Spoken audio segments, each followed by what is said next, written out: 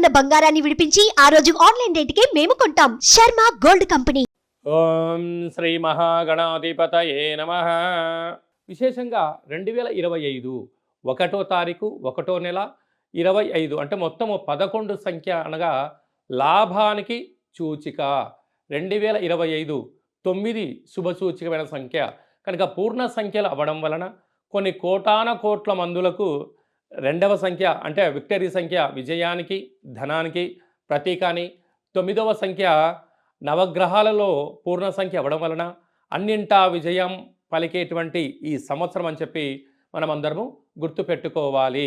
ద్వాదశ రాశుల్లో గ్రహ గమనాలను ఒకసారి వీక్షింపచేద్దాం. వృషభ రాశిలో దేవగురు బృహస్పతి సంచార స్థితి, కన్యరాశిలో కేతు సంచార స్థితి, కుంభరాశిలో శని భగవానుడు సంచార స్థితి, మీనరాశిలో రాహు సంచార స్థితితో ప్రధానంగా గ్రహ గమనాలు ఈ విధంగా ఉన్నాయి. ఈ సంవత్సరము 2025 సంవత్సరంలో మే నెలలో విశేషమైన 4 గ్రహాలు కూడా మార్పు జరుగుతున్నాయి. ఇది చాలా అరుదుగా జరిగేటువంటి గ్రహ సంచార స్థితి కనుక 2025 సంవత్సరం అందరికీ యోగదాయకమైన సంవత్సరం అని చెప్పి కూడా గుర్తుపెట్టుకోవాలి.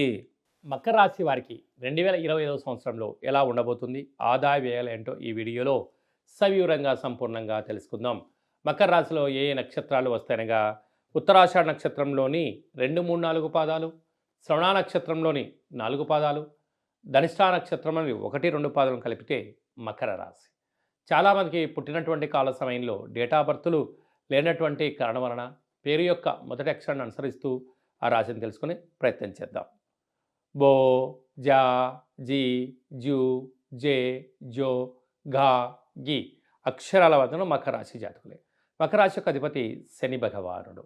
వీరి యొక్క ఆదాయ వ్యయాన్ని మనం ఒకసారి పరిశీలించినట్లయితే ఆదాయం 8, వ్యయం 14 అనగా ఖర్చు అధికంగా ఉంది, ఆదాయము 60% ఉంది అనగా ₹6 అప్పు కాబోతున్నారు. ఇలాంటి కాల సమయంలో సమయపాలన, ఖర్చులను నివారించుకోవడం, ఒంటెద్దు పోకడ పోకపోవడం, వాగ్వివాదాలకు దూరంగా ఉండడం, తెలిస్తే పనిచేయడం, తెలియలేదు తెలుసుకొని దాన్ని ఆచరింపచేయడం వలన సమయం ధనం వృధా కాకుండా గతంలో సంపాదించిన స్థిరచరాస్తులు పోగొట్టుకోకుండా కనీసం కాపాడుకునే మానవ ప్రయత్నం అవుతుందని చెప్పి కూడా గమనించాలి.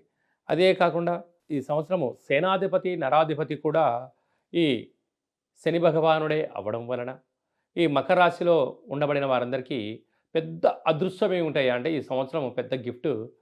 7.5 సంవత్సరంగా ఏళ్లనాటి శనితో బాధపడుతున్న వారందరికీ కూడా ఈ యొక్క ఏప్రిల్ నెల నుండి శాశ్వతమైనటువంటి శని దోష నివారణ తొలగిపోతుంది. ఇది మకర రాశి వారు ఎన్నడూ కూడా ఆలోచనకు లేని అదృష్టం ఇది సొంతం కాబోతుంది.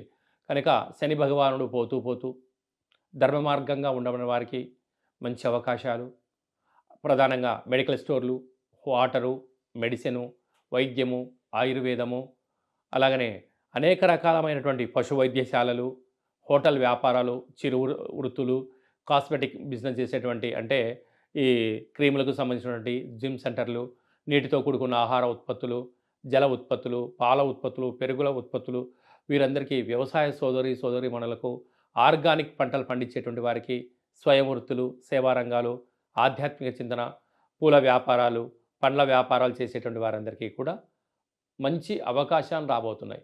కారణం ఏమిటి అనగా ప్రకృతికి, భగవంతుడికి, సమాజానికి దగ్గరగా ఉండబడిన బిజినెస్ ఎవరు చేస్తారయ్యా అంటే మకర రాశి జాతకులే. ఎందుకంటే రాశాధిపతి శని భగవానుడు మకర రాశి నీటితో కూడుకున్న వ్యవహారం అవ్వడం వలన 90% వన్యప్రాణులైనా, మానవులైనా, జీవరాశులైనా నీటికి అనుకూలంగా ఉండి తీరాల్సిందే.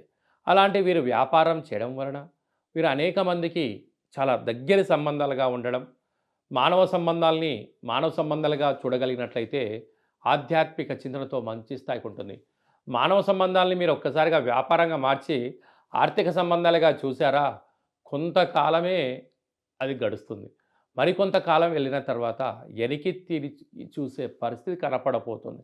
కనుక శని భగవానుడు పోతూ పోతూ ధర్మంగా ఉండబడిన వారికి యోగము, అధర్మంగా ఉండబడిన వారికి ఇబ్బందులు, అనారోగ్యం కట్టబెట్టే పరిస్థితి ఉంటుంది. ఇలా కాకుండా మకర రాశి వారు వీలైనంత వరకు ప్రతిరోజు సూర్య నమస్కారం చేయడం, ధర్మబద్ధమైన జీవితాన్ని పొందడం, గోవుకు, కాకికి, కుక్కకు ఆహారాన్ని పెట్టడం వలన, సకల సత్ప్రవర్తన వలన ఆరోగ్య సూత్రాలు పాటిస్తూ అనేక మందికి మకర రాశి జాతకులు ఆదర్శవంతమైన జీవితాన్ని పొందబోతున్నారు అని చెప్పడంలో ఏమాత్రం సందేహం లేదని చెప్పి గమనించాలి.